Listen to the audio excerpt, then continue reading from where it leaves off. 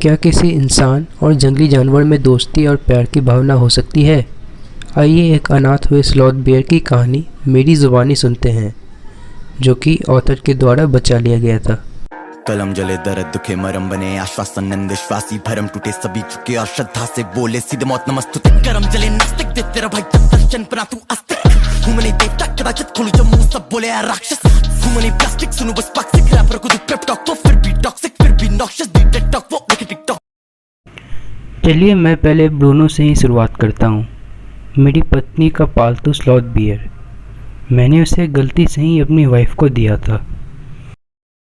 2 साल पहले मैसूर के पास वाले गन्ने के खेतों से गुजर रहे थे। लोग वहाँ के जंगली सुअरों को शूट करके भगा रहे थे। कुछ को गोली लगी और कुछ भाग गए। हमने सोचा कि सब कुछ खत्म हो गया होगा, पर अचानक ही एक काला स्लॉथ बियर आया उस तड़पती धूप में हाँफते हुए। अब मैं बिना किसी कारण के एक स्लॉथ बियर पर कभी शूट नहीं करूँगा, लेकिन अनफॉर्चुनेटली मेरे एक साथी ने ऐसा नहीं फील किया और बियर को उसी स्पॉट पर शूट कर दिया।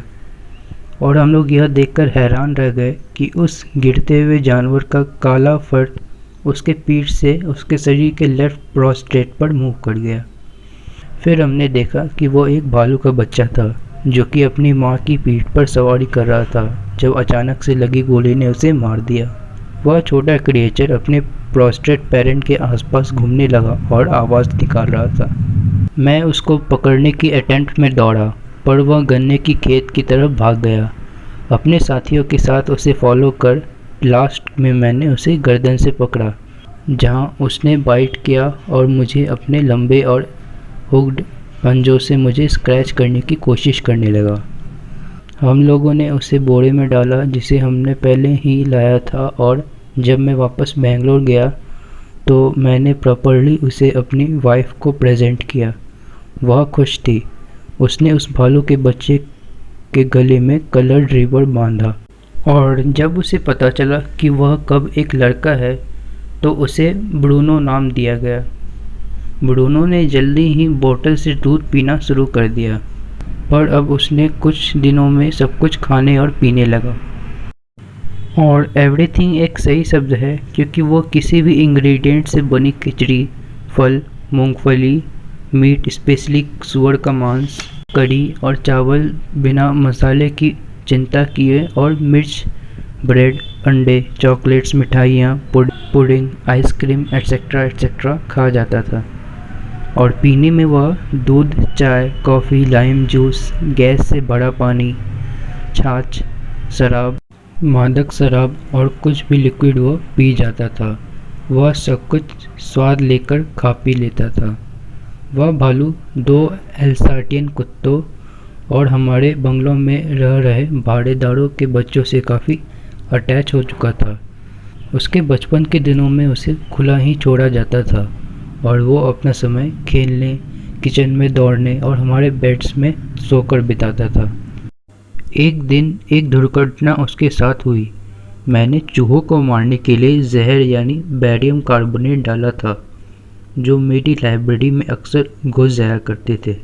ब्रूनो हमेशा की तरह लाइब्रेरी में घुसा और उसने कुछ पॉइजन खा लिया। पैरालिसिस उसे इस एक्सटेंट तक हिट कर चुकी थी कि वह खड़ा भी नहीं हो पा रहा था अपने पैरों पर उसने घुटनों पर किसी तरह अपने आप को घसीटा और मेरी वाइफ के पास गया, जिसने मुझे बुलाया। मैंने गैस कर लिया था कि क्या हुआ होगा। मैं जल्दी से कार की तरफ दौड़ा और जानवरों के डॉक्टर के घर गया। पॉइजनिंग का केस है, टीम वियर, बेरियम कार्बोनेट, क्या करना चाहिए? उसने अपना मेडिकल बुक्स निकाला, एक फेवरेट रेफरेंस, और कहा, कौन सा पॉइजन कहा आपने सर? Barium carbonate.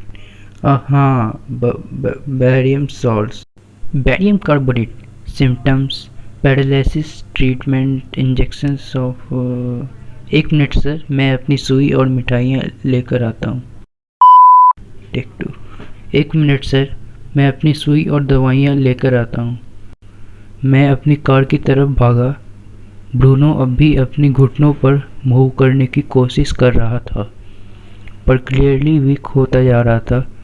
कुछ उल्टियाँ की और लंबी सांसें ले रहा था। सब लोग इसे पकड़े रखो, सुई उसके अंदर जाती है, ब्रूनो चिल्लाता है। 10 सीसी का एंटीडोट उसके सिस्टम में जाता है बिना किसी ड्रॉप वेस्ट किए। 10 मिनट बाद कंडीशन अनचेंज्ड। दूसरा 10 सीसी इंजेक्ट किया जाता है। फिर 10 मिनट बाद वह थोड़ा कम नॉइजली ब्रीथ कर रहा था। ब्रूनो अब अपनी बाहें और पैर थोड़ा हिला पा रहा था, पर फिर भी वो खड़ा तो नहीं हो सकता था। 30 मिनट बाद ब्रूनो उठता है, खूब खाता है। वो हमारी तरफ देखता है। ऐसा लग रहा था कि वह हमसे कहना चाह रहा हो, एक बैरियम कार्बोनेट मेरी तरह बिग ब्लैक बियर का क्या ही कर लेगा। ब्रूनो अब भी खा रहा था। दूसरी बार उसने पूरा 1 गैलन पुराने इंजन ऑयल को पी गया था, जिसे मैंने स्टूड ब्रेक के टैंक से ड्रेन किया था और उसे टर्माइट्स के अगेंस्ट एज अ वेपन की तरह रखा था। उसने तत्काल बहुत पी लिया था, पर उससे उसे कुछ भी नुकसान नहीं हुआ। कई महीने बीत गए और ब्रूनो अब काफ़ी बड़ा हो चुका था कंपेयर टू जब वह पहली बार आया था। वह हाइट में एल्सेटियंस के बराबर आ चुका था और उससे भी बड़ा हो गया था। पर जैसा वो स्वीट था, उतना ही शरारती था, उतना ही प्लेफुल था, और वो हमसे काफ़ी प्यार करता था। सबसे ऊपर वो मेरी वाइफ को पसंद करता था और वो भी उसे बहुत प्यार करती थी।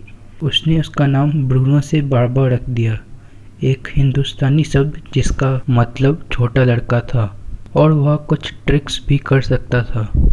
कमांड देने पर बाबा सीटी बजाओ या बाबा बॉक्सिंग करो, वह फोर्सफुल्ली किसी को भी टैकल कर लेता था जो भी उसके सामने आता। अगर आप उसे एक स्टिक दोगे और कहोगे बाबा गन पकड़ो, तो वह स्टिक को आपकी तरफ पॉइंट करेगा। उससे पूछो बाबा वेयर्स बेबी, और वह इमीडिएटली एक फॉन्डली वुड के स्टंप को जेंटली पकड़ के लाता, जिसे उसने केयरफुली अपने स्ट्रॉ के बेड में छुपा रखा था। पर किराएदारों के बच्चों के कारण बेचारे ब्रूनो या बाबा को ज़्यादातर टाइम चेन से बांध कर रखा जाता था।